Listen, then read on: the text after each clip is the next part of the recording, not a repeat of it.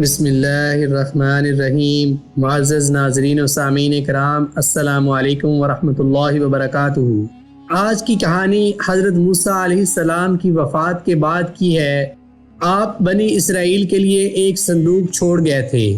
اس صندوق میں حضرت موسیٰ اور حضرت ہارون علیہ السلام کے تبرکات تھے۔ بنی اسرائیل اس صندوق کو مقدس سمجھتے تھے۔ وہ خیال کرتے تھے کہ اس صندوق سے انہیں برکت حاصل ہوتی ہے۔ جنگوں میں وہ اس صندوق کے ذریعے سے ثابت قدم رہتے ہیں۔ وہ اس کی حفاظت کرتے اور اس کو اپنے ساتھ اٹھائے پھرتے۔ حضرت موسیٰ علیہ السلام کی وفات کے بعد ان کی قوم کی باغ ڈور حضرت یوشع بن نون علیہ السلام کے سپرد ہوئی۔ حضرت موسیٰ علیہ السلام کے واقعے میں ہم نے بتایا تھا کہ جب حضرت موسیٰ علیہ السلام حضرت خضر علیہ السلام سے ملاقات کے لیے گئے تو آپ کے ساتھ آپ کا ایک خادم تھا۔ وہ خادم یہی حضرت یوشع بن نون علیہ السلام تھے۔ آپ کو حضرت موسیٰ علیہ السلام کی زندگی کے آخری ایام میں نبوت عطا کی گئی۔ آپ حضرت یوسف علیہ السلام کی نسل سے تھے۔ حضرت موسیٰ علیہ السلام کی وفات کے بعد جب بنی اسرائیل نے میدان طی میں 40 سال پورے کر لیے تو اللہ تعالیٰ نے حضرت یوشع بن نون علیہ السلام کو حکم دیا کہ بنی اسرائیل کو ساتھ لے کر مقدس زمین فلسطین کی طرف بڑھو اور وہاں موجود سرکش و جابر قوموں سے لڑائی کرو اور انہیں شکست دو۔ میری نصرت و مدد تمہارے ساتھ ہے۔ حضرت یوشع علیہ السلام نے بنی اسرائیل کو اللہ تعالیٰ کا پیغام سنایا۔ سب نے حکم الہی پر لبیک کہا اور آپ کے ساتھ چل پڑے۔ راستے میں اریحہ نامی شہر آیا۔ یہ بنی اسرائیل کے دشمنوں اور اللہ کے باغیوں کا شہر تھا۔ حضرت یوشع علیہ السلام اور بنی اسرائیل نے دشمنوں کو للکارا۔ وہ سب باہر نکل آئے اور بنی اسرائیل کا سخت مقابلہ کیا۔ بالآخر شکست ان کا مقدر بنی اور فتح و کامرانی بنی اسرائیل کے حصے میں آئی۔ اس کے بعد حضرت یوشع علیہ السلام بنی اسرائیل کو لے کر آگے بڑھے اور چلتے چلتے بیت المقدس کے قریب پہنچ گئے۔ جس روز آپ بیت المقدس پہنچے وہ جمعۃ المبارک کا روز تھا اور عصر کے بعد کا وقت تھا۔ سورج غروب ہونے کے قریب تھا۔ حضرت یوشع علیہ السلام نے سورج کو مخاطب کر کے فرمایا، تو بھی اللہ کے حکم کا پابند ہے اور میں بھی اللہ کے حکم کا پابند ہوں۔ یا اللہ اسے کچھ دیر کے لیے غروب ہونے سے روک دے۔ انہوں نے ایسا اس لیے کیا کہ وہ جمعۃ المبارک کا دن تھا اور اس سے اگلا دن ہفتے کا دن تھا۔ یہ دن بنی اسرائیل کی عبادت کا دن تھا۔ اس دن بنی اسرائیل کو لڑائی کرنے کی اجازت نہ تھی۔ اس لیے حضرت یوشع علیہ السلام نے سورج کو رکنے کا حکم دیا تاکہ اگلا دن آنے سے پہلے وہ بیت المقدس فتح کر لیں اور ہفتے کے دن کو حکم الہی کے مطابق عبادت میں گزاریں۔ چنانچہ سورج اپنی جگہ ٹھہر گیا اور حضرت یوشع علیہ السلام نے بیت المقدس کا محاصرہ کیا اور اسے فتح کر لیا۔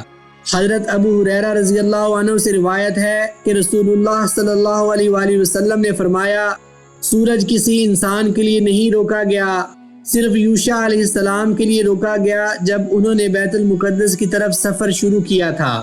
بیت المقدس کی فتح کے بعد اللہ تعالیٰ نے بنی اسرائیل کو حکم دیا کہ بارگاہ الہی میں عاجزی اور انکساری کے ساتھ جھکتے ہوئے اور حطۃن کا ورد کرتے ہوئے بیت المقدس میں داخل ہونا۔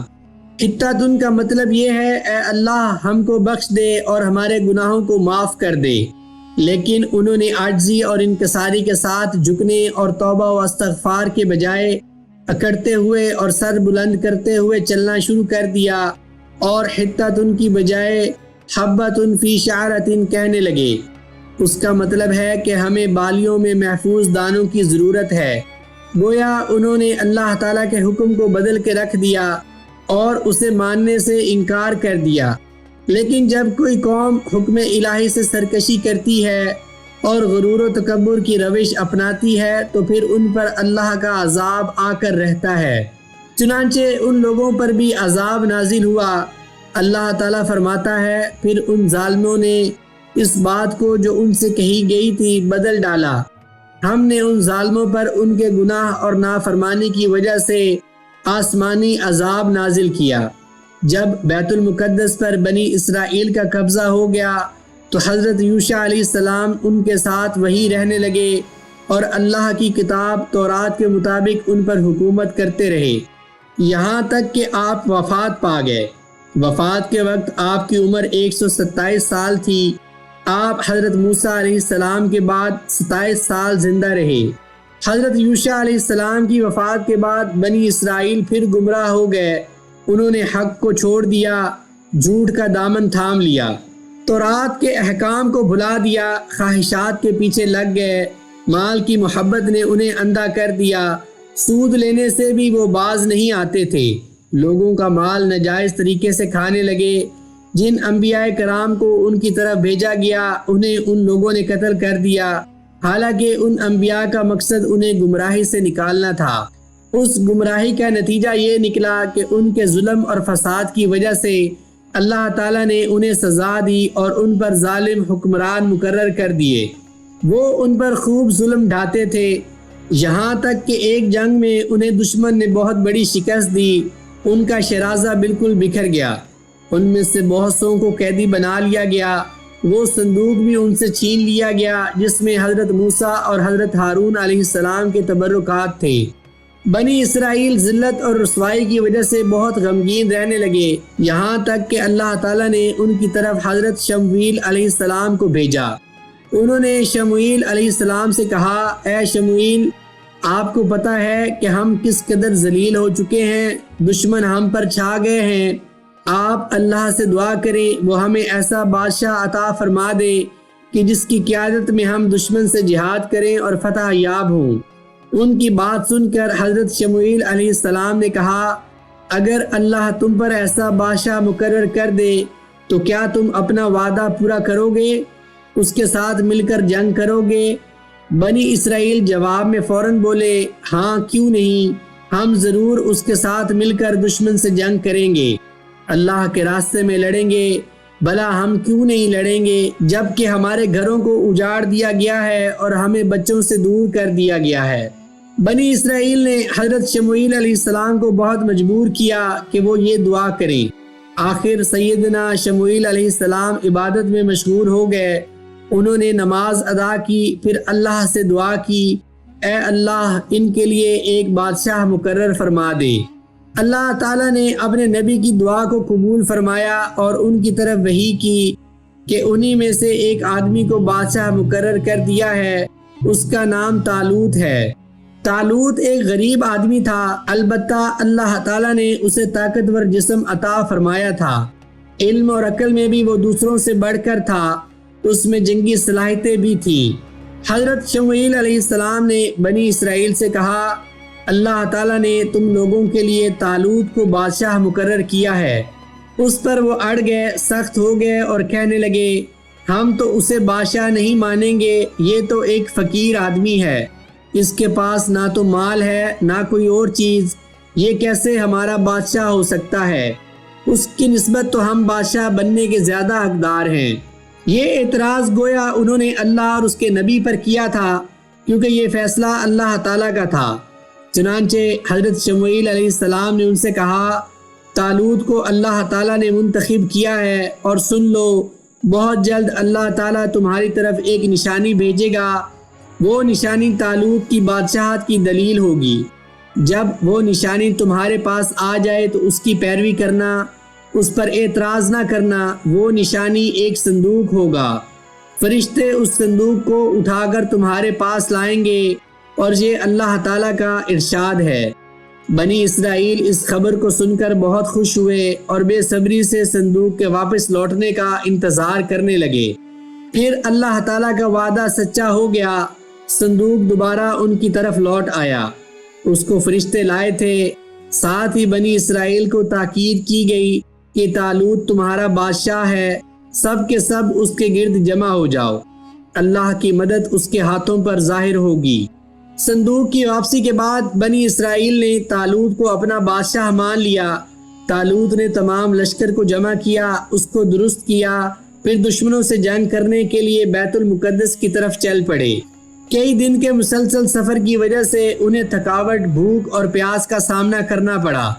ایسے حالات میں طالوت نے ان سے کہا، بہت جلد تمہارا گزر ایک نہر کے پاس سے ہوگا، اس نہر میں تمہارے لیے اللہ تعالیٰ کی طرف سے ایک امتحان ہے۔ اللہ تعالیٰ دیکھنا چاہتا ہے کہ تمہارا ایمان کس قدر مضبوط ہے، تم میں برداشت کی کتنی قوت ہے، تم دشمنوں سے کس طرح ملتے ہو۔ جس نے اس نہر سے پانی پی لیا وہ میرے ساتھ نہ آئے، اور جس نے پانی نہ پیا، صرف ایک چلو پانی پیا، تو وہ مومن ہے اور میرے ساتھ جنگ میں شریک ہو سکتا ہے۔ چنانچہ جب نہر آئی تو ان میں سے زیادہ لوگوں نے پانی پی لیا، بہت کم ایسے تھے جو پختہ نکلے، انہوں نے پانی نہ پیا، بس وہی لوگ طالوت کے ساتھ رہ گئے۔ آخر دونوں لشکر آمنے سامنے ہوئے۔ دشمن کے لشکر کا قائد جالوت تھا، وہ بہت بد اخلاق، سخت گیر اور جنگجو تھا، جنگی چالوں سے خوب واقف تھا، جو بھی اس کے مقابلے میں آتا وہ اسے قتل کر دیتا تھا۔ بنی اسرائیل کے لشکر نے جب نہر عبور کی تو اس کی تعداد بہت تھوڑی رہ گئی تھی۔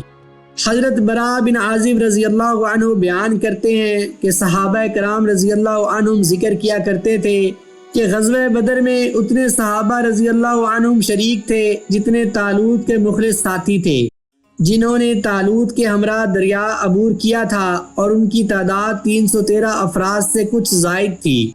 جالوت کا لشکر تعداد میں کئی گنا بڑا تھا، اس کی تیاری بھی ہر لحاظ سے مکمل تھی۔ بنی اسرائیل نے جب اس بڑے لشکر کو دیکھا اور اپنی کم تعداد کو بھانپ لیا تو کہنے لگے، آج ہم میں جالوت اور اس کی فوجوں کے خلاف لڑنے کی طاقت نہیں۔ ان میں سے جو پختہ ایمان والے تھے وہ بول اٹھے، فتح نہ تو زیادہ تعداد سے ہوتی ہے نہ زیادہ تیاری کرنے سے، فتح تو بے شک اللہ کی مدد سے ہوتی ہے۔ ہم ایسی کتنی جماعتیں دیکھ چکے ہیں جو تعداد میں کم تھیں، لیکن اللہ کی مدد سے وہ بڑی بڑی جماعتوں پر غالب آ گئی، اور یہ کہ اللہ تعالیٰ صبر کرنے والوں کے ساتھ ہے۔ جب دونوں لشکر ایک دوسرے کے سامنے آ گئے تو جالوت نے کرخت آواز میں للکارا، میرے مقابلے پر کون آتا ہے؟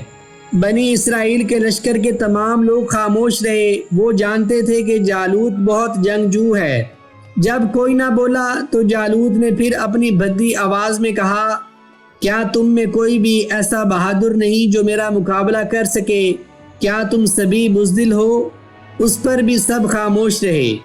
آخر ایک کم سن نوجوان باہر نکلا، اس کا نام داؤد تھا۔ اس نے کہا، میں تیرا مقابلہ کروں گا۔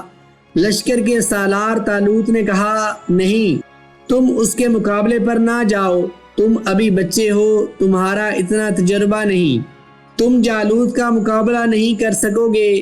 وہ بہادر ہونے کے ساتھ ساتھ جنگی چالوں سے بھی خوب واقف ہے۔ اس وقت یہ بات عقل مندی کے خلاف تھی کہ خود طالوت جالوت کے مقابلے میں آتے، کیونکہ ان کی شکست کی صورت میں سارا لشکر تتر بتر ہو جاتا۔ اس لیے انہوں نے مڑ کر اپنے لشکر کی طرف دیکھا اور بولے، میں وعدہ کرتا ہوں جو مجاہد اس سرکش کو قتل کرے گا میں اس سے اپنی بیٹی کی شادی کر دوں گا، اسے بادشاہت میں اپنا حصے دار بنا لوں گا۔ اس مرتبہ پھر وہ کم سن نوجوان یعنی داؤد باہر نکلا اور بولا، اے بادشاہ، مجھے مقابلے کی اجازت دے دیں۔ طالوت نے پھر وہی بات کہی، آپ ابھی کم عمر ہیں، نا تجربہ کار ہیں، اور وہ زبردست لڑاکا ہے، آپ اس کا مقابلہ نہیں کر سکیں گے، وہ آسانی سے آپ کو قتل کر دے گا۔ اس پر داؤد بولے، اے بادشاہ، کامیابی جسمانی طاقت، اسلحہ اور تجربے سے نہیں ہوتی، اس کا تعلق تو اللہ کی ذات سے ہے، جو طاقتور اور غالب ہے۔ میں مومن ہوں، وہ کافر، اس لیے اللہ تعالیٰ ضرور میری مدد کرے گا۔ آخر طالوت نے داؤد کو جالوت سے مقابلے کی اجازت دے دی۔ داؤد مجاہدین کی صف سے نکل کر اس کی طرف بڑھا، وہ بھی اس حالت میں کہ نہ تو اس کے سر پر خوت تھا، نہ بدن پر ذرہ تھی، اور نہ اس کے ہاتھ میں کوئی اسلحہ تھا، بس اس کے ہاتھ میں چمڑے کا ایک سادہ سا ہتھیار تھا، اس کے سرے میں پتھر رکھا ہوا تھا، اس ہتھیار کو گوپیا کہا جاتا تھا۔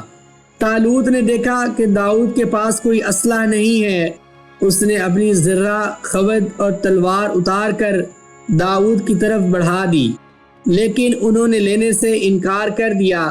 اب وہ جالوت کی طرف بڑھے، جالوت مذاق اڑانے کے انداز میں ہنسا اور کہنے لگا، اے بچے، چلا جا، کہیں دور جا کر کھیل، یہ کھیلنے کی جگہ نہیں، یہ تو میدان جنگ ہے۔ اس پر داؤد بولے میں تو لڑنے کے لیے آیا ہوں، آگے آؤ اور میرا مقابلہ کرو۔ جواب میں جالوت نے کہا اے بچے، میں تجھے قتل نہیں کرنا چاہتا۔ وہ کیا جانتا تھا کہ جسے وہ معمولی بچہ سمجھتا ہے وہ جرأت و بہادری کا پیکر ہے۔ داؤد مسکرائے اور بولے لیکن میں تو تمہیں قتل کرنا چاہتا ہوں۔ اب جالوت غصے میں آ گیا، اس نے تلوار سونت لی اور داؤد کی طرف بڑھا۔ داؤد نے اپنے گوپیے میں رکھا ہوا پتھر تاک کر اس کی طرف پھینکا۔ پتھر سیدھا جالوت کے سر پر لگا، اس کا سر پھٹ گیا۔ وہ زمین پر گر کر بری طرح تڑپنے لگا، پھر اسی حالت میں مر گیا۔ اس کے لشکر نے جب اپنے بادشاہ کو مرتے دیکھا تو ان پر خوف چھا گیا، دلوں پر رعب طاری ہو گیا۔ وہ ادھر ادھر بھاگنے لگے، ہر ایک خود کو بچانے کی فکر میں پڑ گیا۔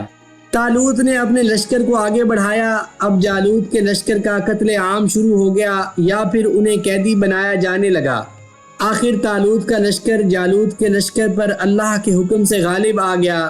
اللہ تعالیٰ فرماتا ہے مومنوں نے اللہ کے حکم سے کافروں کو شکست دی اور داؤد نے جالوت کو قتل کیا، اور اللہ نے داؤد کو بادشاہی اور حکمت عطا کی اور جو چاہا اسے سکھایا۔ جالوت کے قتل کے بعد طالوت نے اپنا وعدہ پورا کیا، اپنی بیٹی کی شادی داؤد سے کر دی، اپنے لشکر کا سپہ سالار بھی انہیں بنا دیا۔ اس طرح داؤد بہت مشہور ہو گئے، بنی اسرائیل ان سے بہت محبت کرنے لگے، وہ طالوت سے بھی زیادہ ان کے محبوب بن گئے۔ اور یہ داؤد کی عاجزی اور انکساری تھی جس کی وجہ سے اللہ تعالیٰ نے انہیں یہ فضیلت بخشی تھی۔ آپ اللہ کا شکر کرتے تھے، اس کی تسبیحات اور تعریف نے ان کی عظمت کو مزید بڑھا دیا۔ کچھ مدت بعد طالوت فوت ہو گئے، داؤد بادشاہ بن گئے، حکومت کی باغ ڈور آپ کے ہاتھوں میں آ گئی۔ اس عرصے میں ان پر اللہ کا ایک زبردست انعام یہ ہوا کہ آپ منصب نبوت و رسالت سے بھی سرفراز کر دیے گئے۔ آپ نے لوگوں پر عدل و انصاف سے حکومت کی، آپ کو آپ کی نرمی سے جانا جاتا تھا۔ انہیں اللہ تعالیٰ نے علم اور حکمت سے بھی نوازا تھا، پھر نبی بنا کر بنی اسرائیل کی طرف بھیجا تھا۔ ان کی طرف آسمان سے کتاب نازل فرمائی، اس کو زبور کہا جاتا ہے۔ حضرت داؤد علیہ السلام کی آواز بھی بہت خوبصورت تھی اور یہ اللہ کی عطا تھی، ان جیسی خوبصورت آواز اور کسی کی نہیں تھی۔ آپ بہت زیادہ پرہیزگار، ہمیشہ عبادت کرنے والے، بہت زیادہ تسبیحات کرنے والے انسان تھے۔ آپ رات کو قیام فرماتے، رات کا تہائی حصہ نماز اور زبور پڑھنے میں گزارتے تھے۔ آپ کی خوبصورت آواز کا عجیب اثر تھا، پرندے سننے کے لیے جمع ہو جاتے تھے، وہ بھی آپ کے ساتھ تسبیح کرنے لگتے، یہاں تک کہ پہاڑ بھی آپ کے ساتھ تسبیح کرتے تھے۔ آپ کثرت سے روزے رکھتے تھے، ایک دن روزہ رکھتے، ایک دن افطار کرتے۔ آپ کے روزوں کے بارے میں رسول اللہ صلی اللہ علیہ وآلہ وسلم نے فرمایا اللہ کے ہاں سب سے زیادہ بہترین روزے داؤد علیہ السلام کے روزے ہیں۔ اللہ تعالیٰ نے آپ پر بہت احسانات فرمائے، ان کے لیے نبوت اور بادشاہت کو جمع کر دیا، سریلی آواز سے نوازا۔ حکومت و بادشاہت کے باوجود حضرت داؤد علیہ السلام بیت المال سے 1 روپیہ نہ لیتے تھے، اپنے اہل و عیال کا بوجھ خود اٹھاتے تھے، اپنی محنت اور ہاتھ کی کمائی سے حلال روزی حاصل کرتے اور اسی کو ذریعہ معاش بناتے تھے۔ نبی کریم صلی اللہ علیہ وآلہ وسلم کا فرمان ہے کسی انسان کا بہترین رزق اس کے اپنے ہاتھ کی محنت سے کمایا ہوا رزق ہے، اور بلا شبہ اللہ کے نبی داؤد علیہ السلام اپنے ہاتھ سے روزی کماتے تھے۔ بیان کیا جاتا ہے کہ داؤد علیہ السلام دعا مانگا کرتے تھے کہ یا اللہ ایسی صورت پیدا کر کہ میرے لیے ہاتھ کی کمائی آسان ہو جائے، کیونکہ میں اہل و عیال کا بوجھ بیت المال پر نہیں ڈالنا چاہتا۔ حضرت داؤد علیہ السلام کی اس خواہش کو اللہ تعالیٰ نے اس فضیلت کے ساتھ قبول کیا کہ لوہے کو ان کے لیے نرم کر دیا۔ لوہا ان کے ہاتھوں میں آتے ہی موم کی طرح نرم ہو جاتا تھا۔ نرم کرنے کے لیے آگ میں ڈالنے کی ضرورت نہیں پڑتی تھی، نہ انہیں ہتھوڑے برسانے کی ضرورت پیش آتی تھی۔ آپ لوہے کو اپنے ہاتھوں سے دھاگوں کی طرح بٹتے تھے۔ اللہ کی اس نعمت سے جہاں آپ نے خود فائدہ اٹھایا، وہیں اپنی قوم کو بھی فائدہ پہنچایا۔ لوہے سے زرہیں بنائی۔ حضرت داؤد علیہ السلام لوہے کی تار بناتے، پھر ایک تار کو دوسری سے جوڑ دیتے، اس طرح لوہے کا لباس تیار ہو جاتا۔ جنگ کے میدان میں یہ لباس کام آتا۔ اس لباس کو پہننے والا تلواروں اور نیزوں کے وار سے بچ جاتا تھا۔ حضرت داؤد علیہ السلام پہلے انسان ہیں جنہوں نے زرہ بنائی۔ آپ زرہیں بنا کر فروخت کرتے تھے، انہی کی کچھ آمدنی اپنے اہل و عیال پر خرچ کرتے تھے اور بقیہ غریبوں پر صدقہ و خیرات کر دیتے تھے۔ آپ اپنے اہل و عیال کے معاملے میں بہت زیادہ غیرت مند تھے۔ جب آپ گھر سے باہر جاتے تو دروازہ بند کر دیتے تھے۔ آپ کی واپسی تک کوئی آپ کے گھر میں داخل نہیں ہو سکتا تھا۔ ایک دن آپ باہر گئے ہوئے تھے، گھر کا دروازہ بند تھا، لیکن جب واپس آئے اور گھر میں داخل ہوئے تو آپ کے گھر میں ایک آدمی نظر آیا۔ آپ حیران ہوئے کہ گھر کا دروازہ تو بند تھا، پھر یہ شخص کیسے اندر داخل ہوا؟ آپ نے اس سے پوچھا، تو کون ہے؟ جواب میں اس نے کہا، میں وہ ہوں جو بادشاہوں سے نہیں ڈرتا، نہ مجھے کہیں داخل ہونے سے روکا جا سکتا ہے۔ یہ سن کر حضرت داؤد علیہ السلام نے فرمایا، پھر تو ضرور موت کا فرشتہ ہے، میں تمہیں خوش آمدید کہتا ہوں۔ موت کے فرشتے نے آپ کی روح قبض کر لی۔ آپ اپنے خالق حقیقی سے جا ملے۔ وفات کے وقت آپ کی عمر 100 سال تھی۔ معزز ناظرین و سامعین کرام، میں امید کرتا ہوں کہ آج کی قسط آپ کو ضرور پسند آئی ہوگی۔ اگر آپ کو یہ ویڈیو پسند آئی ہو تو اسے لائک، شیئر اور سبسکرائب ضرور کر دیجیے گا۔ مجھے اپنی دعاؤں میں یاد رکھیے گا۔ جزاک اللہ۔